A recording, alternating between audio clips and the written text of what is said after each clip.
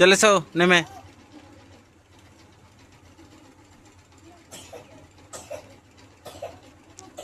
চলে এসো।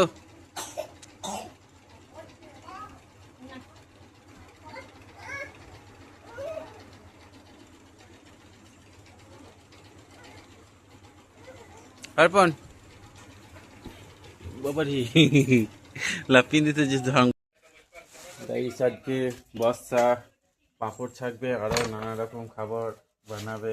তো চলো দেখি বর্ষায় পাঁপড় কিসে ছাকে। তেলে ছাকে না সর্ষে তেলে নাকি। আর আমাদের দিদাটা দেখো কোন কাজ করছে সকালবেলাতে। দিদাকে এরকম খাটাইছো? হ্যাঁ তোমরা দুজনা রয়েছে, দুজনাতে করলে ভাই হয় লাই বলা।